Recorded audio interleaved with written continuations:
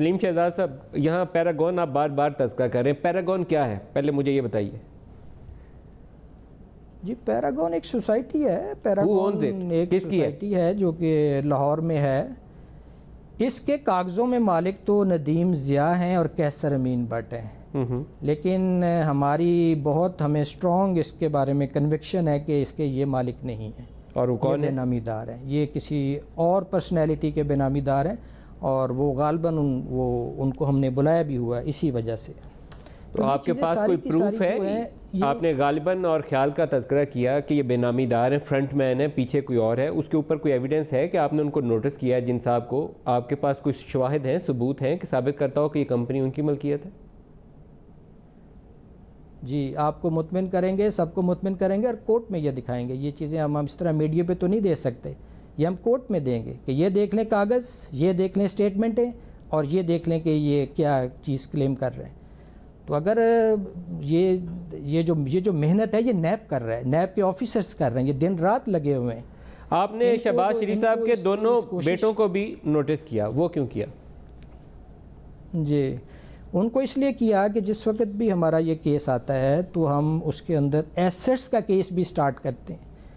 تو میڈیا نے ایک نیا ٹویسٹ دے دیا، دیکھو جی اس میں کچھ نہیں ملا، ایسٹ کیس کھول لیا، جبکہ ایسی بات نہیں ہے. ہمارے ہر کیس میں جہاں بھی مس یوز آف اتھارٹی ہوتی ہے ساتھ سائملٹینیسلی ایسٹ کیس آتا ہے.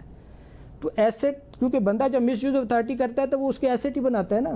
تو بعد میں پھر عدالتیں پوچھتی ہیں اچھا جی اس نے مس یوز آف اتھارٹی کی تو وہ حاصل کیا کیا، تو پھر وہ ایسٹ کیس بتاتا ہے کہ انہوں نے حاصل کیا کیا. تو ہم نے شہباز صاحب سے پوچھا کہ آپ کے یہ جو ایسٹس ہیں ذرا انہیں ڈکلیئر کریں. انہوں نے کہا جی میرے نام پہ کوئی ایسٹس نہیں ہے، میں نے 1997 میں غالباً انہوں نے کوئی ڈیٹ بتائی کہ میرا بیٹا دیکھتا ہے. تو ہم نے کہا جی بیٹے کو بلا لیتے ہیں. تو جب بیٹے کو بلایا تو وہ انہوں نے کوئی اسکیچی سی کوئی ایسی چھوٹی سی کوئی انکمپلیٹ انفارمیشن دی، تو ان کو پھر بلایا تو ملک سے باہر چلے گئے. دوسرے تو بیٹے ہیں ادھر، حمزہ ادھر ہی ہیں، سلمان باہر پھر بلایا ہوا ہے.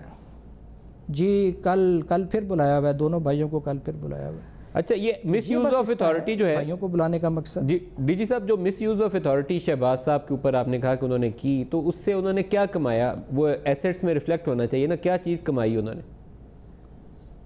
تو وہ اسی کے لیے ایسٹ چیک کر رہے ہیں نا. ایسٹ تو چیک کر لینے دینا پہلے. اب کیسے پتہ لگے گا جب ایسٹ کوئی بتا بھی نہیں رہا، چیک بھی نہیں کرنے دے رہے، تو وقت سے پہلے تو میں آپ کو نہیں بتا سکتا کہ اس میں کیا کمایا. ایسٹ دیکھوں گا تو بتاؤں گا پھر کیا کمایا. تو ابھی وہ اس چیز کو انویسٹیگیٹ کرنا باقی ہے؟ جی بالکل، یہ وائٹ کالر کرائم ہے، اس میں 5 6 سال دنیا میں لگتے ہیں.